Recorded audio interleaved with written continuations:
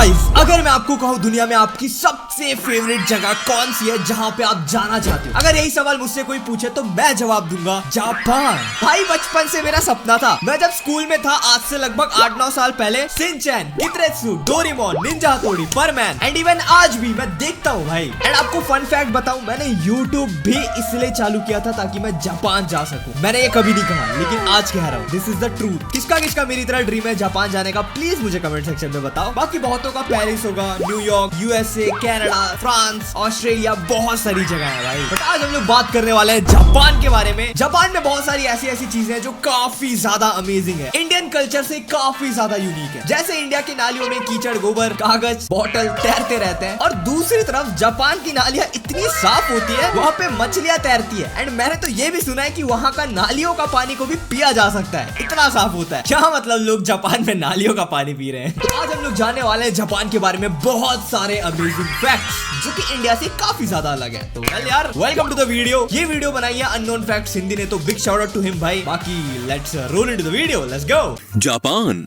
एक ऐसा देश जिसे आने वाली दुनिया का उगता सूरज माना जाता है।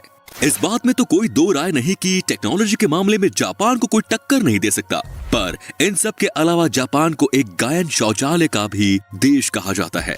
क्या गायन शौचालय, वो क्या होता है भाई? या फिर एक ऐसा देश जहाँ की ट्रैफिक लाइट्स ब्लू कलर की होती हैं, और भी बहुत सारी चीज। Bro, I genuinely don't know कि भाई ट्रैफिक लाइट वहाँ पे ब्लू कलर का होता है। आपको पता था ये बात? पहली बार सुना है मैंने ये। और भी बहुत सारी चीजें जो इस देश को दुनिया से बिल्कुल अलग बनाती है। तो चलिए खुलकर जानते हैं इस देश के बारे में। Number 1, square watermelons.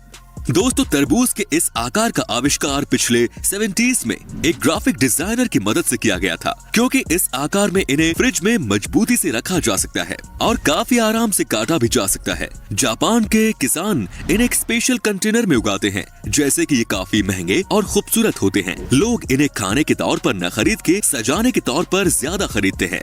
भाई आप लोगों को पता है क्या, ये तरबूज, इंडिया में तरबूज कितने का मिलता है? मात्र 60 से 70 रुपए में आपको एक तरबूज मिल जाएगा। वो जो डब्बा वाला तरबूज आपने देखा ना, कितने का होगा बताओ? 15 से 20 हजार का एक तरबूज। क्या अलग है? डब्बा शेप का है बस। इतना महंगा, लेकिन ठीक है, फ्रिज में फिट आने के लिए 15-20 हजार रुपए तो दे ही सकते हो यार। क्या मतलब कि 20 हजार में यहाँ फ्रिज आ जाएगा घर में। Number 2, ramen noodles bath. Hakone में बसे इस यूनशान स्पा रिजोर्ट में सुअर के मांस का सूप और रामेन नूडल्स खिलाकर लोगों का दिल बड़े आराम से जीत लिया जाता है। जापान के काफी लोग इसके पीछे दीवाने हैं। उनका ये मानना है कि सुअर के मांस का सूप उनकी त्वचा के लिए बहुत लाभदायक है, क्योंकि उसमें भारी मात्रा में कोलेजन पाया जाता है।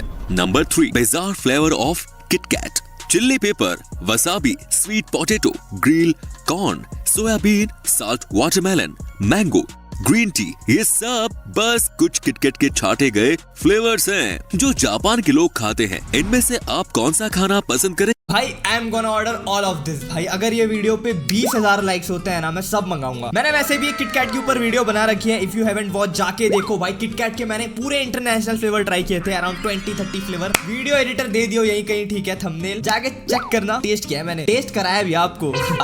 कमेंट्स में जरूर बताएं। Number 4, fake food. जापान के कुछ एक्सपर्ट्स प्लास्टिक और वैक्स की मदद से खाना बनाते हैं, और वो भी देखने में उतना ही लजीज लगता है जितना कि असली खाना लगता है। जापान के कितने ही रेस्टोरेंट्स इन प्लास्टिक के खानों को अपने रेस्टोरेंट्स की खिड़की के पास लगाकर भूखे इंसानों का ध्यान खींचने की कोशिश करते हैं। और आपको बता दूं कि इन प्लास्टिक के खानों को तैयार कराने में बहुत ज्यादा पैसे खर्च होते हैं।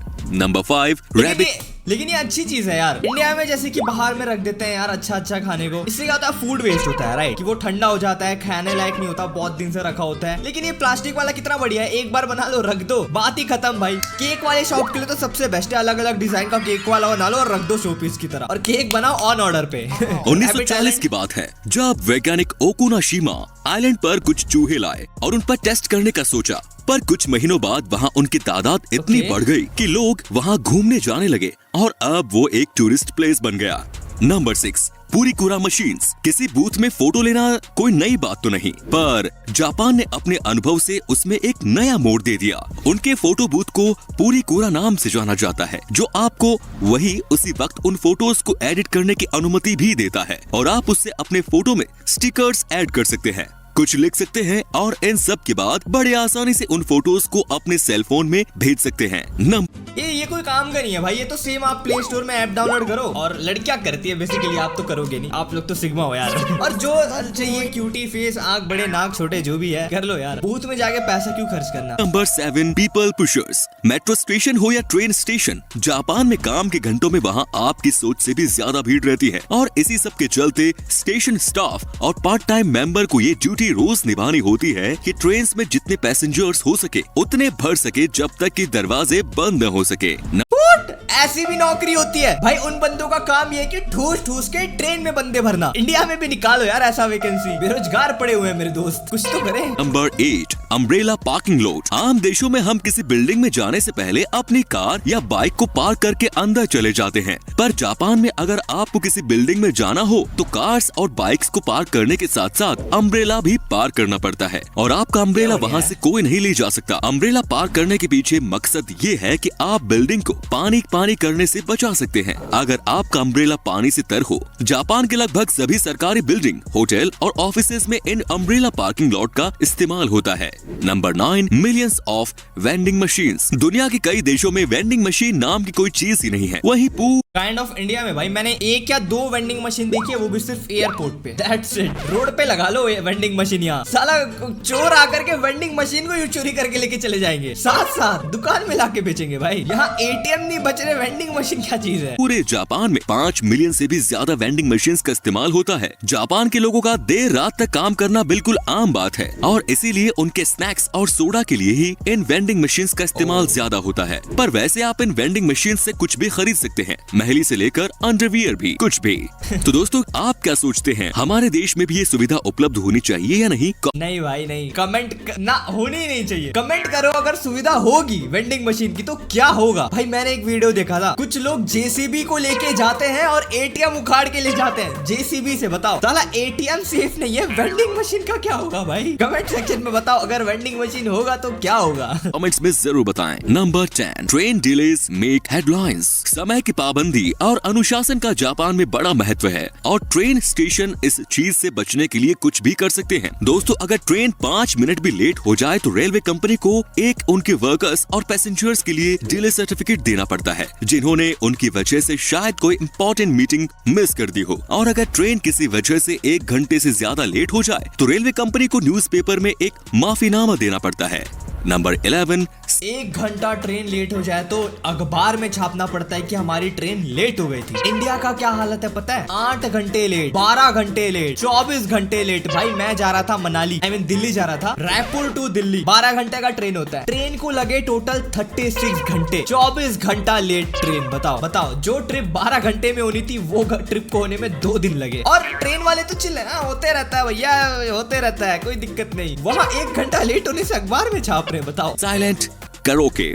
कोन के आकार का बना ये माइक्रोफोन एक अलग तरह का माइक्रोफोन है। इसे वहाँ के लोग अपने मुंह के ऊपर लगा के रखते हैं। इसकी मदद से वो अपनी भुनभुनाहट को दूसरों तक नहीं ले जाने देते। अक्सर जापान में इस गैजेट का इस्तेमाल ज्यादातर वो लोग करते हैं जो अपने अगल बगल के लोगों को परेशान नहीं करना चाहते, या फिर वो लोग जिन्हें पब्लिक प्लेस में खुद में गाना गाने में शर्म आती है। नंबर 12, तो भाई पब्लिक प्लेस में इतना बड़ा मुंह में लगा के रख के गाना कौन गा सकता है? इससे अच्छा तो निकाल के गा लो भाई। Polite slurping. वैसे तो दुनिया में कितने ही देशों में झुकने को अच्छा नहीं माना जाता, पर जापान में झुकने से ही किसी खाने की प्रशंसा मानी जाती है। अगर नूडल्स खाते वक्त आप झुके नहीं तो उस रेस्टोरेंट का शेफ ये समझेगा कि आपको उसका नूडल पसंद नहीं आया।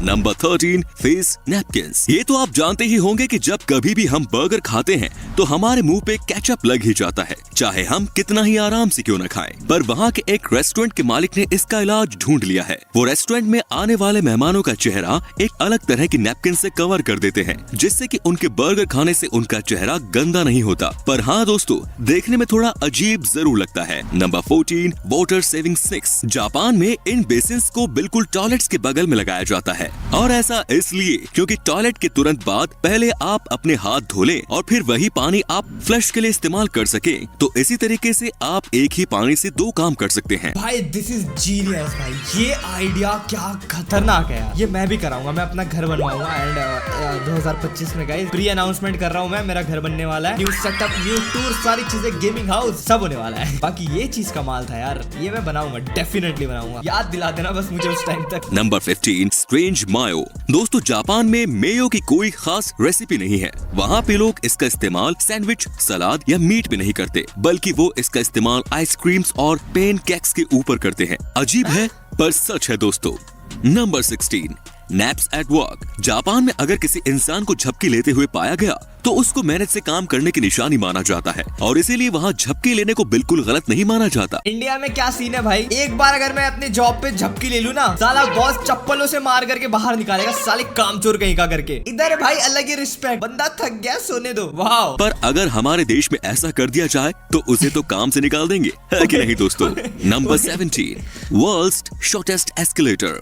कावासाकी शहर के मोर्स डिपार्टमेंट स्टोर में आपको दुनिया का सबसे छोटा एस्केलेटर देखने को मिल जाएगा। इस एस्केलेटर में बस 5 सीढ़ियां हैं और सिर्फ 33 इंच लंबी। ये तो है जापान के लोग टेक्नोलॉजी का भरपूर इस्तेमाल करते हैं। Number 18 doll village. जापान के इस गांव नागरो की आबादी 300 लोगों की हुआ करती थी, पर इस गांव में अब 40 के आसपास ही लोग रहते हैं। एक लोकल आर्टिस्ट सुकीमी आयनो ने इंसानों के आकार की गुड़िया बनाई, जिनमें से कई सारे वहाँ के लोगों की तरह लगती थी और उन्हें वहाँ ऐसे रखा जाता था जैसे वो कोई काम कर रहे हो। ये देख के फट जाएगी भाई किसी की। इफ आई वेंट जापान, ये शहर जरूर जाऊंगा मैं। I visited a horror doll city. ये टाइटल डाल के वीडियो बनाऊंगा। भाई look at the dolls. Editor photos show करना, कितने डरावने लग रहे हैं भाई। दिन में तो ठीक है, दिन में भी फटेगी अगर आप सोचो अकेले हो शहर में एज अ टूरिस्ट, भागते भागोगे भाई आलतू चलालतू आई भला को टालतू करते हुए। जैसे कि उन्हें गांव के स्कूल में किसी क्लासरूम में बैठा दिया जाता है, जो कि शायद अब कुछ दिनों पहले बंद कर दिया गया है।